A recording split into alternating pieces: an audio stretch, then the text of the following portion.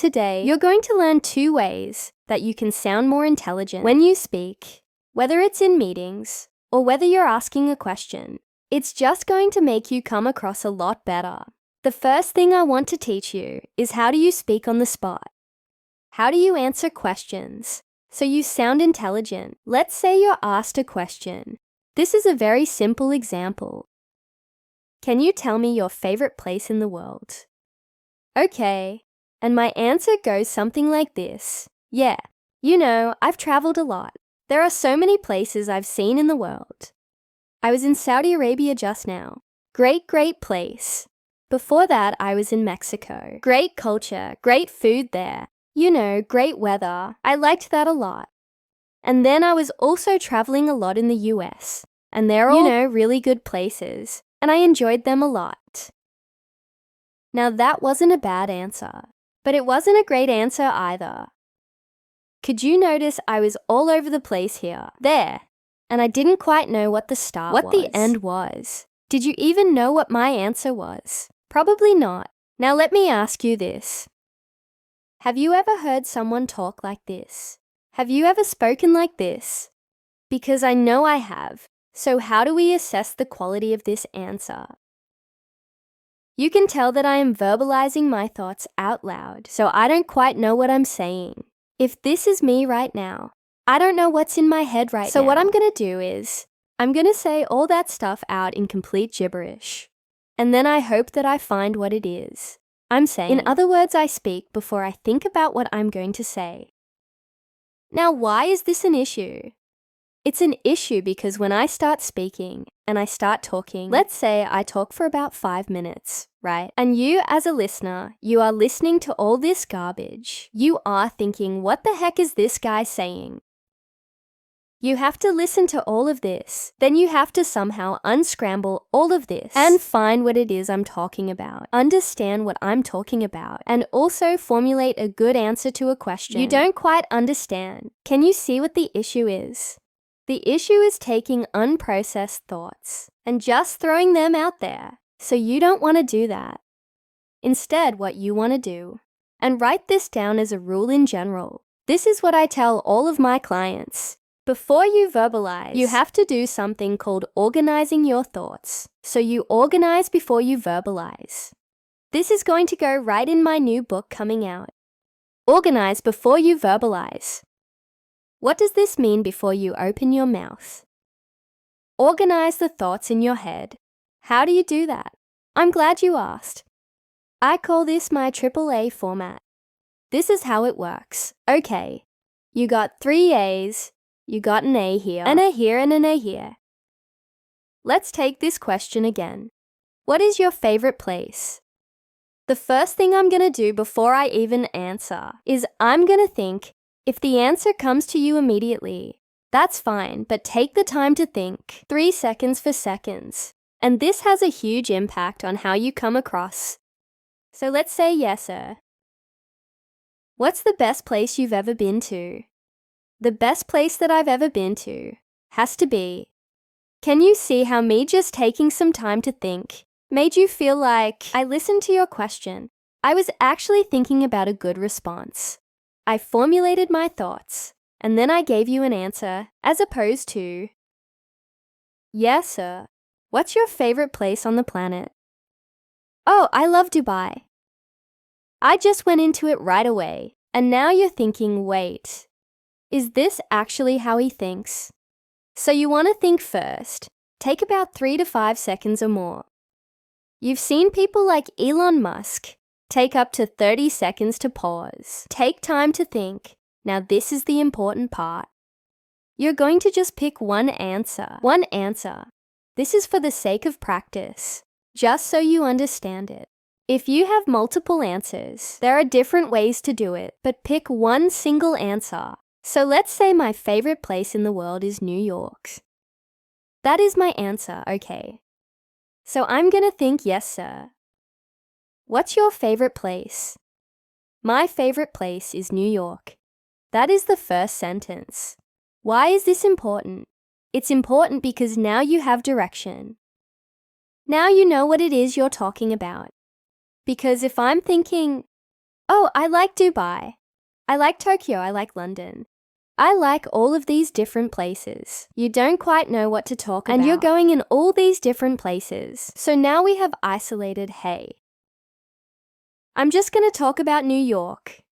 So in the first sentence, answer the question, because the last thing you want is for someone to wait. Wait, what is the answer? What are you trying to say? Just give them the answer right away. Okay, so the first day is answer the question. New York is my favorite place. The second day, is you add the details. Add the details. This is the real meat of your answer. Now this could be reason, story, example, maybe an analogy, anything like that, okay. So, I'll give you an example of this. Yes, sir. What's your favorite place in the planet? Well, my favorite place has to be New York. First day done. The reason it's my favorite place is because every time I go there, the city is so vibrant, it's so fast. I feel like this frenetic pace of a city makes me push myself. As an entrepreneur, this is me adding a reason. Or I could give you a story. I love New York. The reason I love New York is the first time I went there. I went there to speak at a conference, and I didn't really know much about New York City. But once I got there, I met so many entrepreneurs that day, 3 of whom became clients of mine, and 1 of whom gave me an entire tour of the city. For the next 2 days, it was one of the most memorable experiences of my life. Now I've told you a story. Then I can go into an example. Example and story could be similar. A friend of mine told me that New York City has the best pizza. That's why I love New York City, or an analogy. New York City is where you go if you want to be successful. Because if you can make it there, you can make it anywhere. I'm adding details in here. This is the real meat of it, okay? So now I've answered the question. I'm going to add meat. Now if you want to be a little bit more structured here, you don't always have to do this. You'll see me do this a lot. I just number what I'm going to talk about. So for example, my favorite place in the world has to be New York. And there are 3 main reasons for that.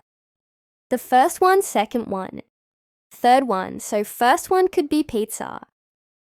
Second one could be the pace. The third one could be some plaza. I just came up with that because I wanted 3 P's. And it's easier to say that way. But you know what I mean. So I love New York because of 3 reasons. Number 1, the pizza. I absolutely love the pizza. It's the best pizza in the world. Thin crust pizza is the way to go.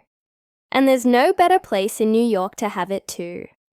The second reason I love it is because of the pace. It's so fast. And now you just go into that. The added advantage of this is when you number things. It's a structure. And just by saying the number, it sounds like you've thought about it before. Whereas if I said, yeah, there are many reasons I like New York. Okay, sure. But if I said, there are 3 reasons I like New York. Now it sounds like you've said it before. If you've said it before, you have credibility and expertise.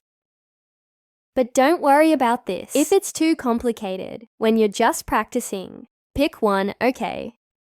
Pick one answer, pick one reason, or a story, whatever comes to mind. And then at the end, you want to answer and acknowledge again. Why do you answer it again if you've already answered it here? Because many people, when they speak and they add details, they don't quite know where to stop. They keep going on and on and on and on. Next thing you know, they've ended their speech or their answer 1,000,000 times, and they're still going. So at the end here, you will just say what you said here.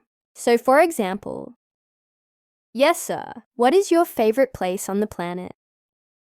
My favorite place has to be New York. The reason is 1, 2, 3. Now when I want to end it, I'll say, so that's why New York is my favorite place in the world. When I say that, there's no doubt in your mind that I'm done talking, simply because you heard the exact same thing I said at the start. I've closed the loop, so you just transition into that. So because of those 3 reasons, I love New York so. That's why when I think of my favorite place in the world, New York is the only one that comes to mind. I'm closing that answer, so at the end, you're going to answer the question again. So recap, someone asked a question.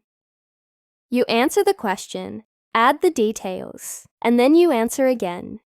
Now this isn't the case. If you're in an interview, you're on a panel, you have to do it on the spot speech. This is amazing. If you're at work in a meeting, only start from here. Don't give them all the details right away. So hey, what's the update on this project? You're not going to say, the update of this project is that it's not done yet. It's going to get done by the 19th. The reason it's not done is because of X. Ise reason, so that's why it's not done. Feels a bit weird. You can just say it in one sentence. The project isn't done yet. It's expected to get done by the 19th. Do you want me to give you some more details? If they say yes, then you go into the next one and then you finish it off like so. So you want to be context dependent. If you have more time allotted to you, you have to speak in front of people, then add more details, fill in the time. With this one, you can go anywhere from 2 to 30 minutes. I've done entire workshops using just this one. You can have one 10-minute segment of it, and you can have 3 of those, and that will be an entire 30-minute keynote. I've done this many times. You just pick one topic, add the details, make a point, and close it. You can use this structure to speak on the spot wherever you go. How to practice speaking on the spot. To practice this, you can use ChatGPT or a random question generator. Ask it, hey, give me a random question. I want to practice this structure. For example, if the question is, what's your favorite thing to eat? You could respond, my favorite thing to eat is pizza. The reason I love pizza is that it's so delicious. It's quick, it doesn't cost a lot of money, and I can find it anywhere in the world. That's why pizza is my favorite food. Note, pizza is definitely not a fruit. It's the furthest thing from fruit. You get my point though. By practicing this regularly, answering questions on the spot, like in interviews or unexpected situations, will eventually become second nature to you. The 3, as when you're speaking on the spot. Use the 3 as 1, answer the question clearly. 2, add details, story examples or reasons. 3, acknowledge the question again to close your response. Asking intelligent questions. Now imagine you're asking someone for advice, clarity, or trying to sound intelligent with the questions you ask. Here's where people often struggle. For example, I was at a conference hosted by a very famous entrepreneur. People paid a lot of money to attend this workshop, and each participant could realistically ask only one question. The person next to me got up and rambled. Hey, so, I have a business. I've been doing this business for a long time. I'm really passionate about it.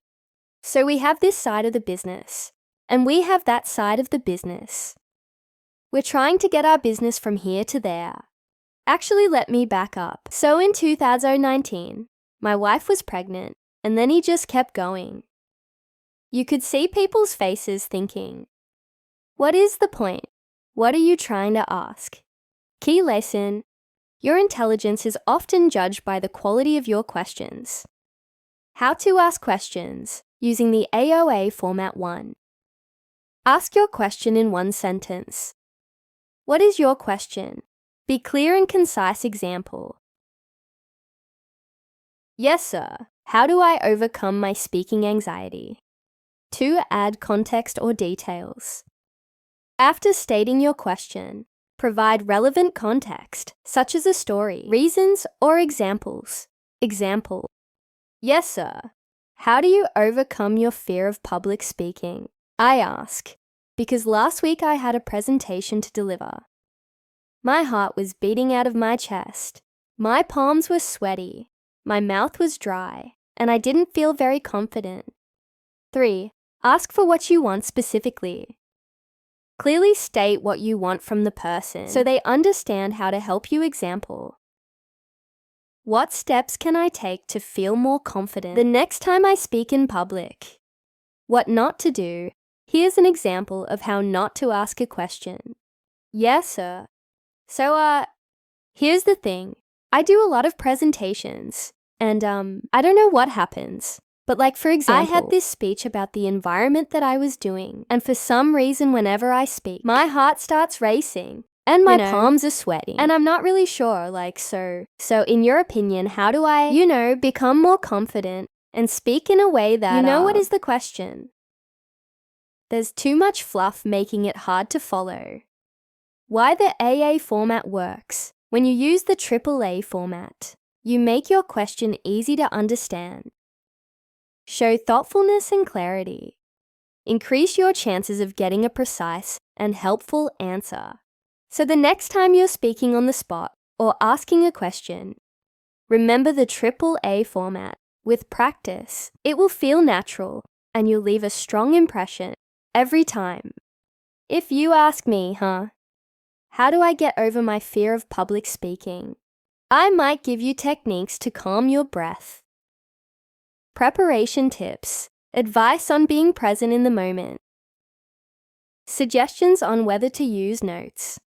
Can you see how many different directions I could go with my answer? To get the most helpful response, be specific about what you want. For example, yes, sir.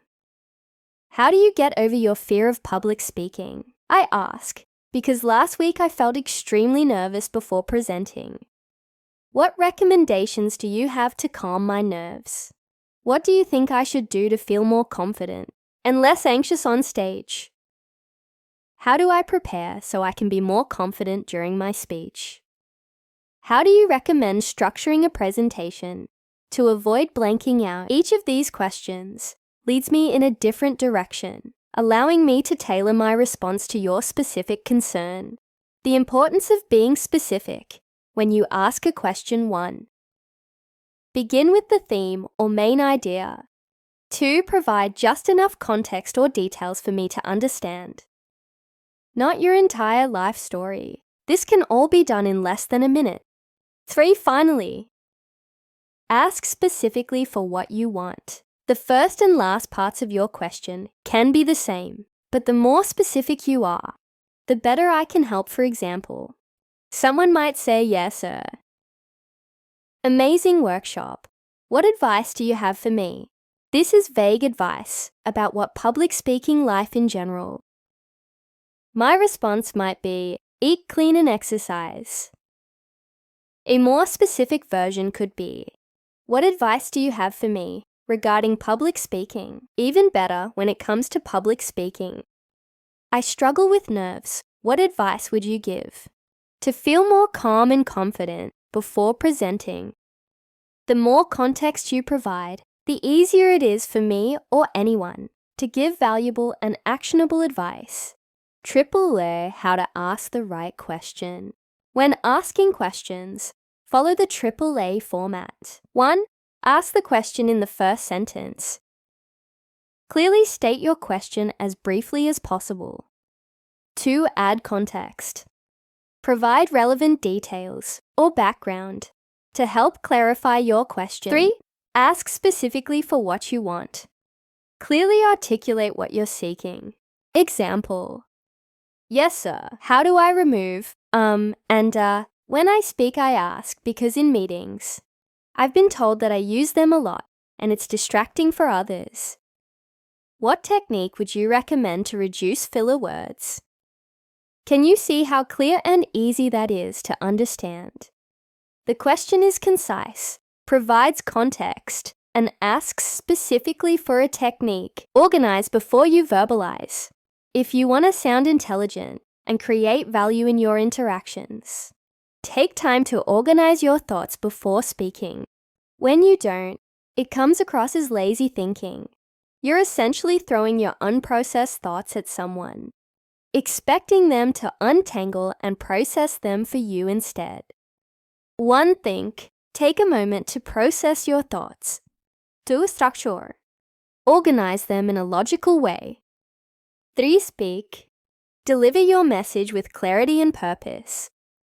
When you organize before you verbalize, you project confidence, intelligence, and professionalism.